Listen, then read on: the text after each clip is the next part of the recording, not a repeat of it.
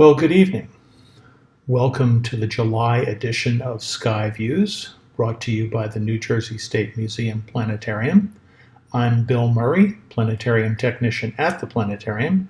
Let's take a look at some of the interesting sights that are visible in our July skies this year.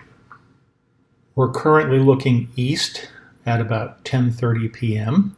on the evening of July 14th from a location far away from any of the major cities in our area. And when we do that, if you look towards the east, you will see the most prominent feature of the skies at this time of year, and that is our galaxy, the Milky Way, which is stretching across the sky from the northeast to the southeast. The Milky Way is our home galaxy. In the past, astronomers believed that the Milky Way comprised the entire known universe, but now we know that besides the Milky Way there are billions of other galaxies, but the Milky Way is our home.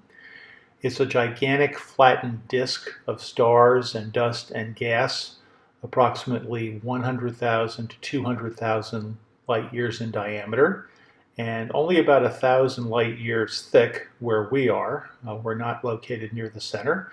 We're about 25,000 light years from the center, and so we get to see the Milky Way edge on as we look through its length. As the Milky Way rises over our eastern horizon on these warm but all too short July nights, summer is the best time of the year to see the Milky Way here in the northern hemisphere. And if you can get well away from the city lights, you can see the most prominent feature in our galaxy, which is a dark lane that runs all the way from the south, midway through the north, and that's called the Great Rift. The Great Rift appears to be a length of the Milky Way where stars are absent, but that's not actually what's going on here. The Milky Way, as all galaxies do, has vast clouds of dust and gas. And so what we're seeing here in the Great Rift is not an absence of stars, it's a blockage of stars, where that gas and dust is actually blocking the stars that are behind it. So the stars are still there, it's just that we can't see them in visible light, but they are visible in infrared light for telescopes that can see infrared light. And we can see here the Great Rift runs all the way from the bright star Deneb, which we'll talk about in a minute, in the constellation of Cygnus the Swan, all the way down to just above the teapot of Sagittarius. And the area in front of the teapot of Sagittarius is the center of our galaxy. So when we're looking at the constellation of Sagittarius, we're looking directly towards the center of the Milky Way.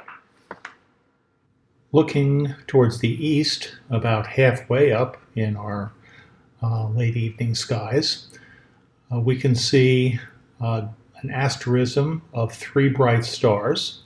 As we've said in the past on Sky Views, an asterism is a group of stars that's famous enough to have its own name separate from the official constellation in the night skies, usually because it's bright and easy to see.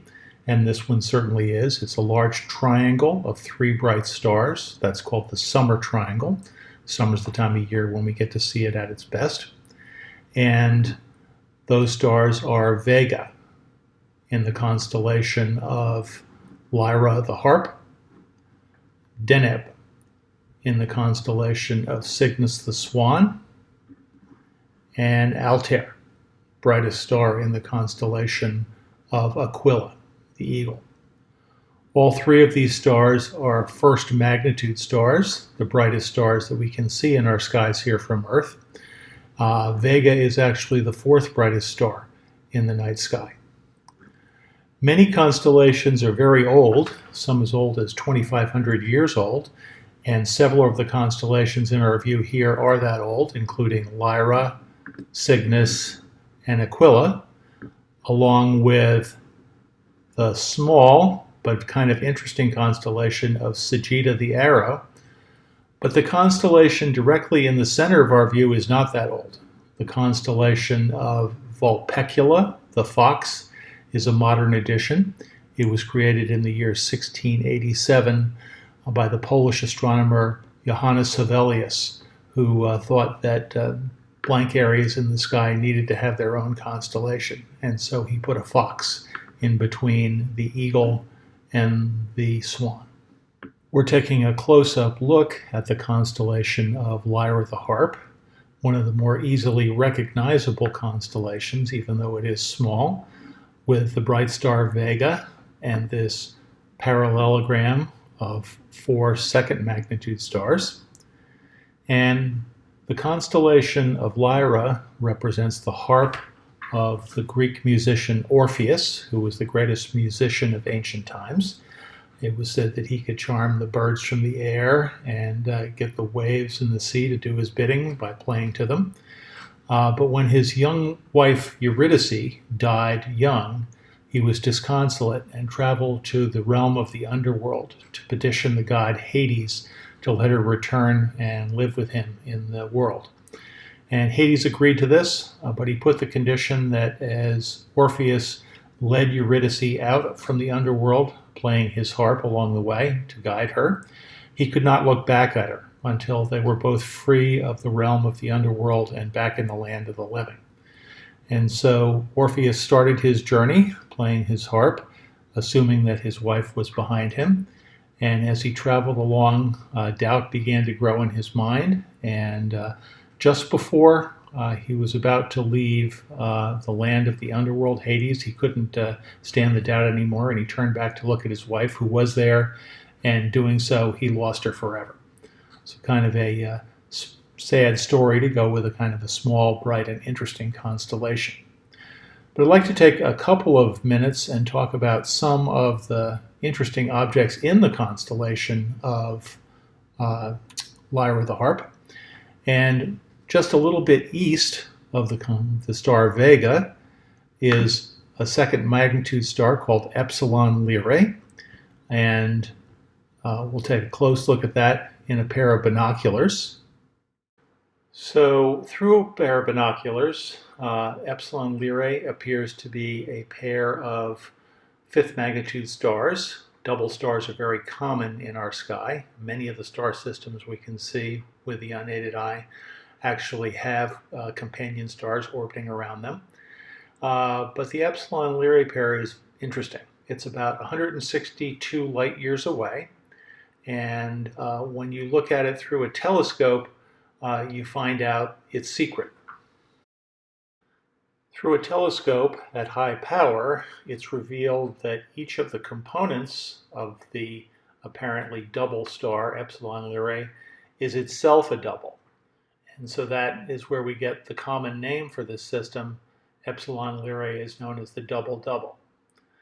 Most stars in our galaxy, as I said, are parts of multiple star systems, but the Epsilon Lyrae system is a very pretty example of that.